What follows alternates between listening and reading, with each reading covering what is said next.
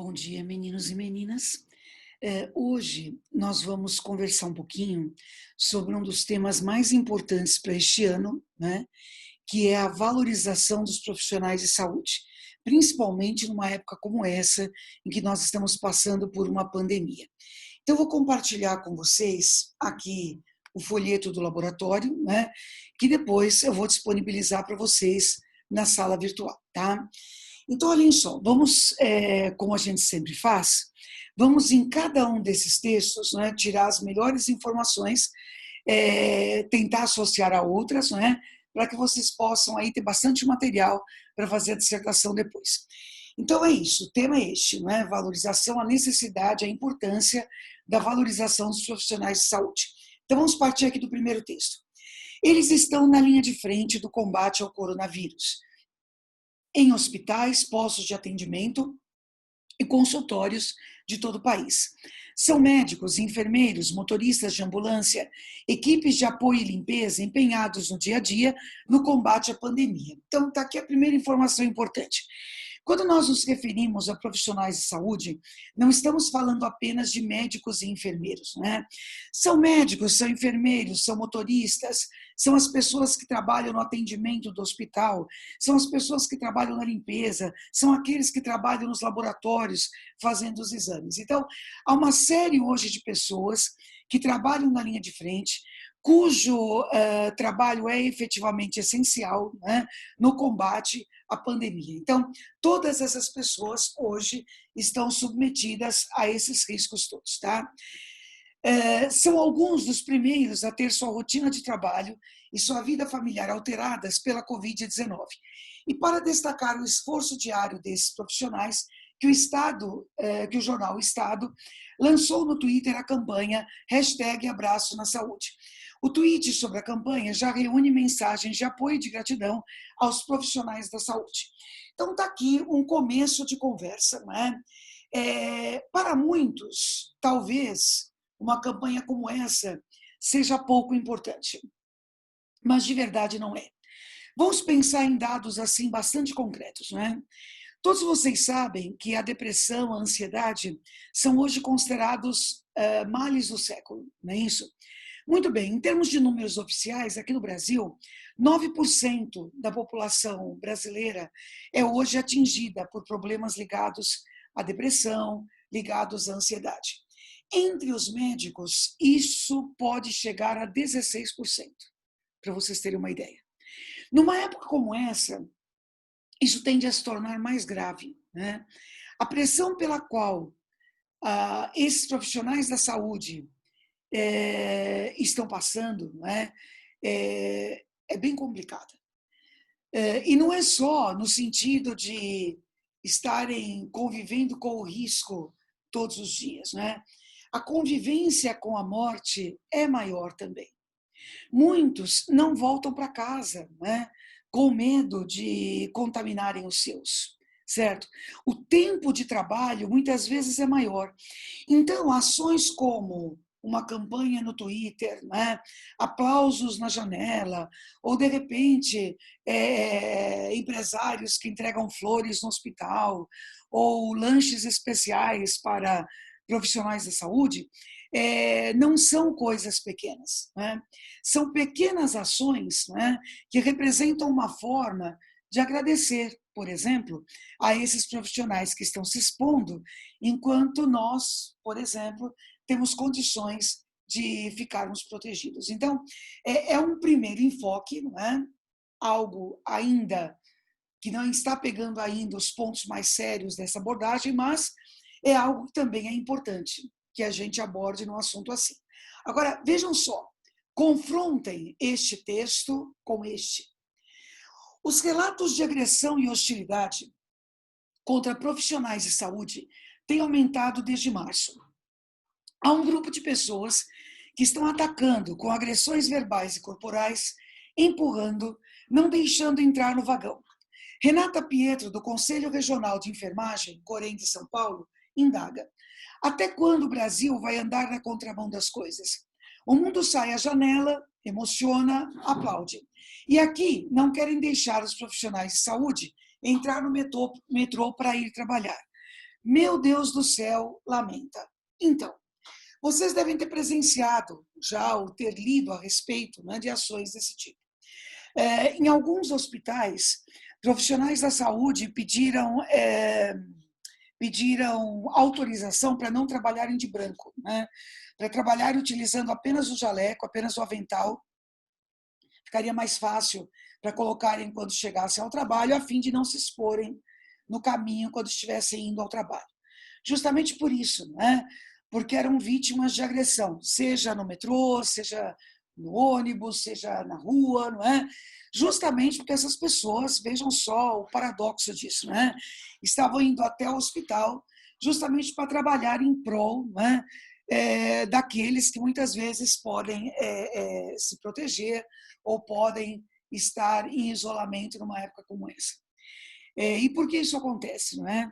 Porque essas pessoas veem nesses profissionais vetores do vírus. Então, eles seriam responsáveis, né, já que são profissionais que estão na linha de frente, por espalharem o vírus pela população.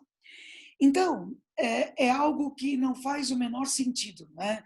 Mesmo porque nós sabemos que quando o indivíduo trabalha, né, em todo esses setores, ele deve trabalhar paramentado, né, adequadamente. E há todo um protocolo, né, de desparamentação antes que ele volte para casa, né, e quando ele sai de casa, enfim, uma série de coisas, né, justamente para que ele se proteja, para que proteja os outros. Mas é aquela história que nós já conhecemos. É sempre muito mais fácil canalizar a raiva, não é? Ou canalizar as frustrações para um determinado grupo. E é o que tem acontecido com muitos profissionais da saúde. Então, é meio óbvio, não é, que aqueles que aplaudem, não é, ou aqueles que homenageiam, não são os mesmos que atacam. Não é? Mas o fato é a sociedade dicotômica em que nós vivemos. Se isso existe, isso aqui existe também. E se por um lado existem aqueles que valorizam esse trabalho, também existe toda uma situação de ignorância, e ignorância no sentido de que aquele que ignora, né, aquele que não sabe efetivamente o que está acontecendo, que acredita que pode descontar nessas pessoas que justamente estão correndo muito mais risco do que todos nós, não é? Todos os seus medos, todas as suas frustrações. Então é óbvio, né, que precisa haver uma proteção para essas pessoas que precisam, obviamente, ir ao trabalho e não conseguem fazê-lo com seu transporte próprio, né? Precisam ir andando, precisam usar transporte público, enfim, e a gente sabe quais são os riscos que essas pessoas estão correndo. Então, em algum momento da nossa redação, a gente vai precisar valorizar a respeito, vai precisar discutir a respeito disso. Olha só o cartaz, não é? Quando o profissional de saúde é agredido, quem perde é você, em busca de segurança e valorização. Esse é o foco principal da campanha Violência Não Resolve, promovida pelo Corém. Né? Então, está aí. Né? O terceiro texto reforça o segundo texto, e que vai justamente nessa abordagem da violência sofrida por profissionais da saúde, que, na verdade, deveriam ser valorizados. Tá? Em uma mensagem especial em vídeo dedicada ao Dia Mundial da Saúde, 7 de abril, o secretário-geral das Nações Unidas, Antônio Guterres, destacou que a data é marcada em um ano particularmente difícil para todos. Hoje, minha mensagem é para nós profissionais de saúde que trabalham dia e noite para nos manter seguros, disse. Hoje, estamos mais profundamente gratos do que nunca a todos vocês, enquanto trabalham sem parar, colocando-se em risco para combater os danos dessa epidemia. Obrigado pela diferença que estão fazendo todos os dias e em todos os lugares. Veja, esse texto traz alguns dados que já apareceram em textos anteriores, mas traz esse dado novo aqui. Olha só, profissionais de saúde que trabalham dia e noite para nos manter seguros, né? O aumento da carga horária pela qual muitos desses funcionários passaram, né? E aí cabe discutir qualidade de vida, né, pessoal? A qualidade da saúde de todos passa pela qualidade da saúde física e pela qualidade da saúde mental. certo? Nós falamos no começo de 16% desses profissionais que muitas vezes são acometidos por depressão. Qual é o suporte psicológico, por exemplo, que esses profissionais hoje têm para lidarem com uma situação como essa, que não pegou apenas nós todos de surpresa, não é? Mas também pegou profissionais da saúde que precisam trabalhar muito mais do que nós, não é? Diante de uma situação como essa, certo? Então, né? Então são os cuidados aí com os dois tipos de saúde que, se são importantes para nós, também são importantes para profissionais que trabalham na linha de frente. E aí, o texto que traz as questões mais graves, que realmente exigem maior atenção na nossa discussão. Olhem isso. Os profissionais que estão todos os dias na linha de frente do combate ao coronavírus, nos hospitais brasileiros, estão morrendo a uma taxa alarmante, uma das maiores do mundo. Um dos problemas enfrentados pelos profissionais da enfermagem é a falta de equipamentos de proteção individual, os EPIs.